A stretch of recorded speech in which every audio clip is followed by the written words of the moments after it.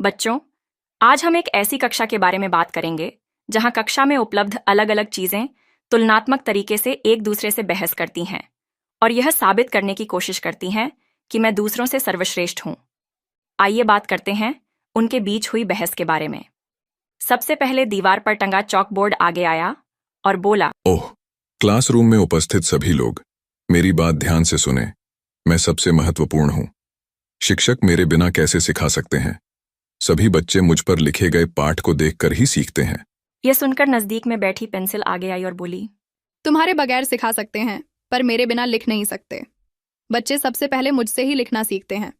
मैं गलतियां भी सुधार सकती हूँ। बगल में बैठे क्रेयॉन को यह बात हजम नहीं हुई और बोला, तुम दोनों अपनी जगह सही हो, पर मेरी मदद से बच्चे अपनी कल्पनाओं को रंग भर सकते हैं। कला और रचनात्मकता में मैं सबसे महत्वपूर्ण हूं। क्रेयॉन की यह बात सुनकर नोटबुक को मिर्ची लगी और बोली, तुम सबका उपयोग तब होता है जब मैं होती हूँ। मैं नहीं रहूंगी तो बच्चे कहाँ लिखेंगे? मेरा पन्ना ही उनके विचारों और पढ़ाई का मुख्य आधार है। यह सुनकर स्केल भी मुंह फुला के बोला, ठीक है, लेकिन मेरी आवश्यकता भी कम नहीं है। मैं बच्चों को सीधी रेखा खींचने और नापने में मदद करता हूँ। गणित की क्लास में मेरा बड़ा महत्व है। यह सब सुनकर कैलकुलेटर के कीपैड में भी हवा भर गई और बोला, सभी की अपनी जगह है, लेकिन जटिल गणनाओं के बिना विज्ञान और गणित कैसे सीखे जाएंगे? मेरे बिना सटीक परिणाम मिलना मुश्किल है। इन लोगों की बहस सुनकर क्लास में मौजूद सभी बच्चे पेट पकड़कर हंसने लगे और उनकी बीच हुई बहस का आनंद उठाया। बाद में क्लास में मौजूद बच्चों में से एक होशियार और समझदार लड़की खड़ी होती है और कहती है, चॉक बोर्ड पर लिखे बिना हमें समझ नहीं आता। पेंसिल और रबर से हम लिखते हैं और गलतियां सुधारते हैं। क्रेयॉन के बिना हमारी ड्राइंग अधूरी रहती है। नोटबुक में हम अपना सारा काम करते हैं।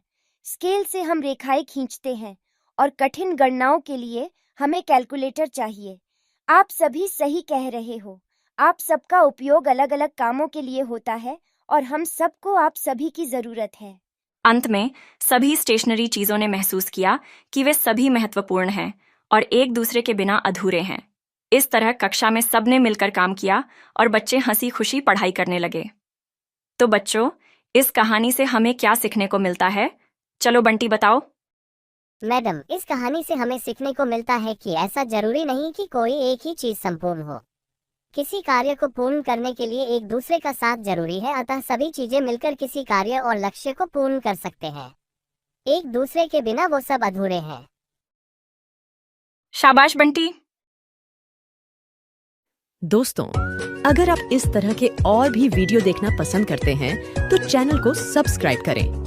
नए वीडियो की जानकारी के लिए घंटी आइकन दबाएं। अगर आपको वीडियो पसंद आई हो तो लाइक और कमेंट जरूर करें और अपने दोस्तों के साथ शेयर करें।